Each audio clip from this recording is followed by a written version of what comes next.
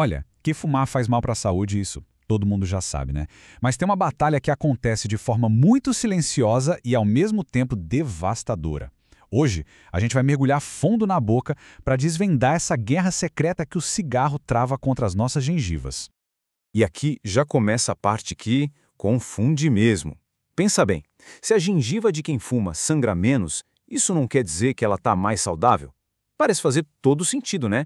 Mas e se essa calmaria toda for, na verdade, só uma cortina de fumaça escondendo um problemão? É isso que a gente vai investigar. E é aqui que o paradoxo fica escancarado. Dá uma olhada nisso. De um lado, o sintoma que parece bom, menos sangramento, menos vermelhidão. Do outro, a realidade brutal dos fatos. Quem fuma tem 4 vezes mais chance de ter periodontite, que é uma doença gengival bem severa. Ué, como assim? O que explica essa contradição? Então, vamos mergulhar de cabeça nesse mistério. Nessa primeira parte, a gente vai desmascarar essa tal calma enganosa. Pode se preparar para descobrir por que, no mundo do cigarro, o silêncio da gengiva é, na verdade, o sinal de alerta mais perigoso de todos. A ciência confirma essa ilusão. Os estudos mostram que, mesmo com a mesmíssima quantidade de placa bacteriana, a gengiva de quem fuma simplesmente não reage como deveria. O sangramento e a vermelhidão, que são tipo os alarmes de incêndio naturais do nosso corpo, são muito, muito menores. É como se o cigarro fosse lá e cortasse os fios do sistema de alarme, sabe? Deixando a infecção se espalhar sem ninguém perceber. Ok, se os alarmes estão desligados, como é que a destruição acontece? Agora, a gente vai para a linha de frente. Vamos expor esse dano oculto, investigando essa guerra silenciosa em 3 áreas: a clínica, a microbiológica e a imunológica. E olha, as evidências clínicas são esmagadoras. Não tem para onde correr. Essa tabela mostra que é um consenso global. Não importa para onde a gente olhe, na América do Norte, Ásia, aqui mesmo na América Latina ou na Europa, a história é a mesma. Fumar está diretamente ligado aos casos mais graves de doença na gengiva, que acabam levando à perda de osso e, claro, à perda de dente. O dano é real. O primeiro porquê está no nível microscópico. Fumar basicamente transforma a boca num paraíso para as piores bactérias que existem. Ele cria um ambiente com pouco oxigênio, que é exatamente o que esses bichinhos agressivos que a gente vê na lista adoram. Aí eles se multiplicam sem controle e a doença fica muito mais destrutiva. Agora, para entender a parte do sistema de defesa, vamos pensar numa analogia. Imagina que o cigarro é um sabotador. Primeiro, ele corta a comunicação, desliga os alarmes, por isso não tem sangramento. Depois, ele vai lá e dopa os guardas de segurança, que são as nossas células de defesa, deixando eles lentos, confusos e sem conseguir lutar direito.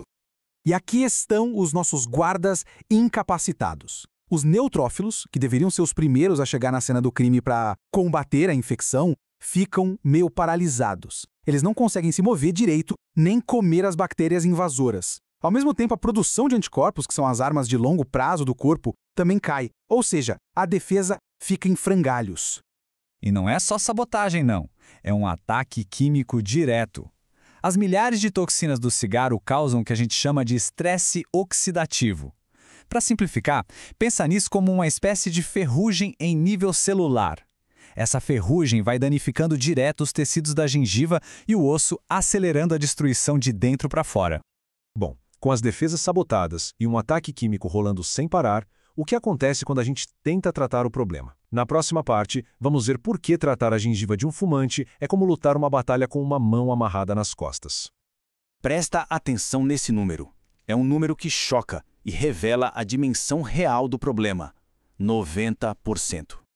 E o que esse número significa é o seguinte: periodontite refratária é o pesadelo de qualquer dentista. É aquela doença que simplesmente não melhora com tratamento nenhum. E pasme, até 90% desses casos acontecem em fumantes. Isso só mostra o quanto o cigarro impede o corpo de se curar.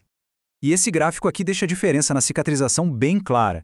Depois do tratamento em quem não fuma, a gengiva se reconecta ao dente e ela cicatriza. Já nos fumantes, essa cicatrização é mínima. O corpo simplesmente não tem força para se reconstruir. O processo de cura está fundamentalmente quebrado. Depois de tudo isso, o cenário pode parecer bem pessimista, né? Mas calma, não é para perder a esperança. A última parte da nossa análise é a mais importante. Existe um caminho de volta. A recuperação é totalmente possível. O corpo humano é uma máquina incrível. Assim que o ataque do cigarro para, a cura começa. Em questão de meses, o ecossistema da boca já começa a se reequilibrar.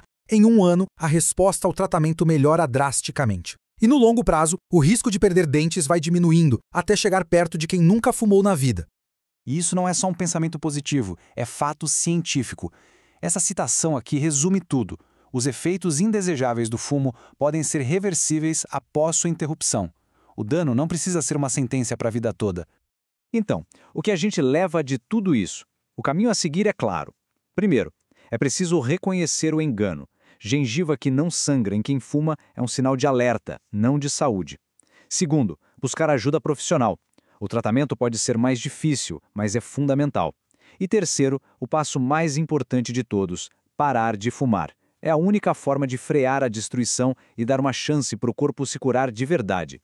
A gente termina com essa reflexão. Agora que essa guerra secreta foi revelada, qual é o custo real de cada cigarro? Não é só o dinheiro, nem só o dano aos pulmões que a gente já conhece. É também o custo invisível, a destruição silenciosa que acontece na base dos dentes. Uma guerra oculta, mas com consequências bem reais e visíveis. Obrigado pela companhia.